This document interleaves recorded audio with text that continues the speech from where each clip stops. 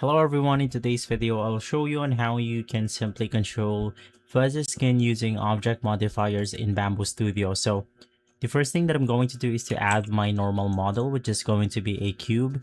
And then you want to right click on your model, click on add modifier, and then you could just select whatever shape you want to apply.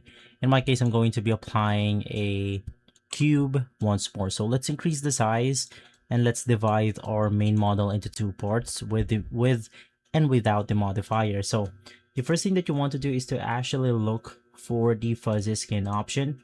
I believe it's going to be at the last category, which is going to be others.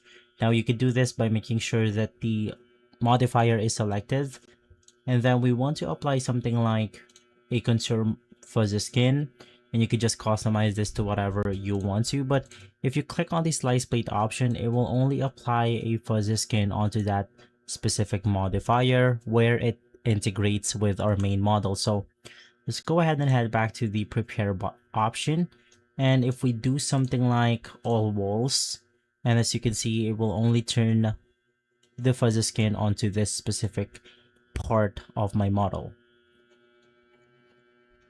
And so guys, if this video has been helpful, leave a like, subscribe, and follow us for more videos like this.